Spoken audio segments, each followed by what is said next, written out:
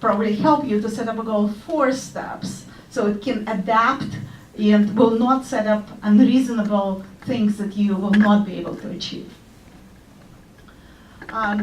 This is like every single rehab, they call us if for some reasons they're not in the list. The module we have is basically location-based services. So it can do anything. In this case, it can find closest rehab, they can schedule appointment, they can get reminders, very important for people to go through the whole program. So that basically increases compliance, adherence to cardiac rehabs. Depression screening, so there is also a chatbot coming with depression screening, and it basically every time they schedule like appointment to cardiac rehab, they ask PHQ-2, potentially PHQ-9, and then there is an action plan. And again, all that is based on the specs that has been provided by American Heart Association.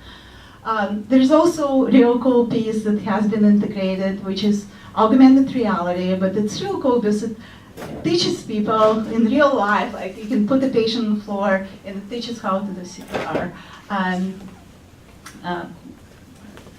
It's available in Spanish, it's coming in Chinese as well. I told you that you can pull data from different devices and based on your consent. What is real cool that has been very, let's say, received very well, we introduced a middleware, PatientSphere, recently, and it has been deployed. So what it enables to do for people to collect all their health data in one place. Then they can go on a field-by-field level and create revocable consent who can do what with their health data.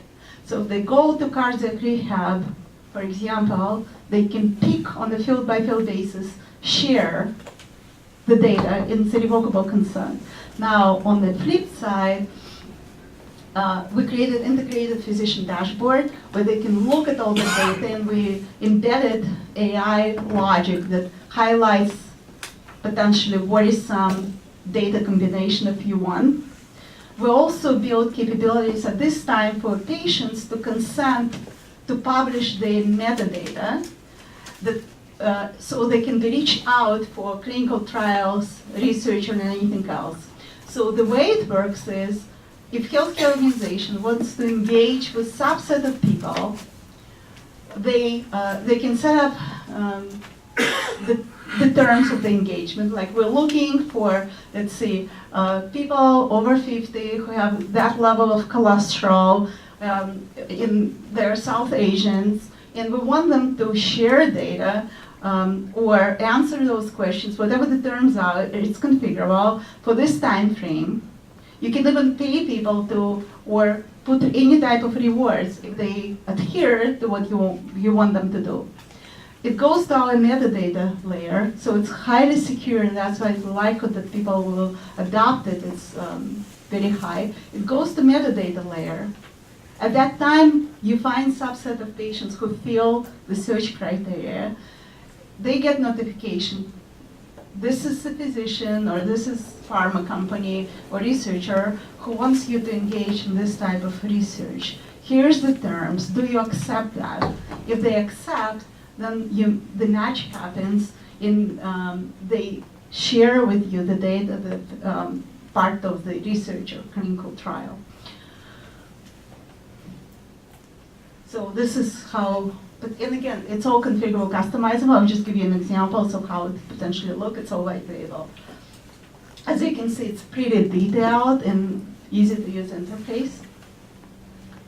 Example of clinical trial could be research, but in that way, so this is like very important in population health, and kind of how you get people who are not right now engaged in anything in healthcare, how you can get them engaged. So this is one of the ways where you can set up, iPads with consent forms in churches or in clinician offices and libraries where people can consent to be engaged and create all kind of incentives for them to get engaged, including like real payments, if you will.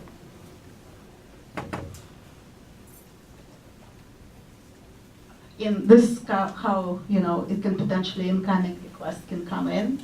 So you can tell this is the company, this is what they want you to do for this time frame. If you accept the payment, or it could be, you know, gift card.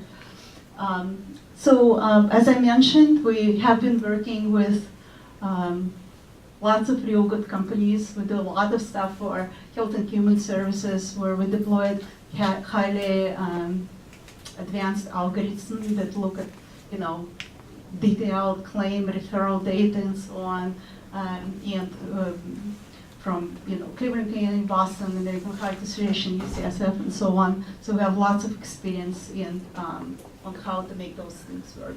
So thank you, and I'm open to any questions you might have.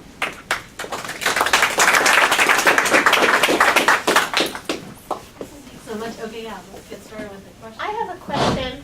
I'm curious about the users, and I really like the autonomy of giving power to the patient to share their data, but I'm curious if that's a deterrent from some populations for signing on because of fear of privacy and data protection. Do you know if there's like an ethnic or socioeconomic breakdown of users?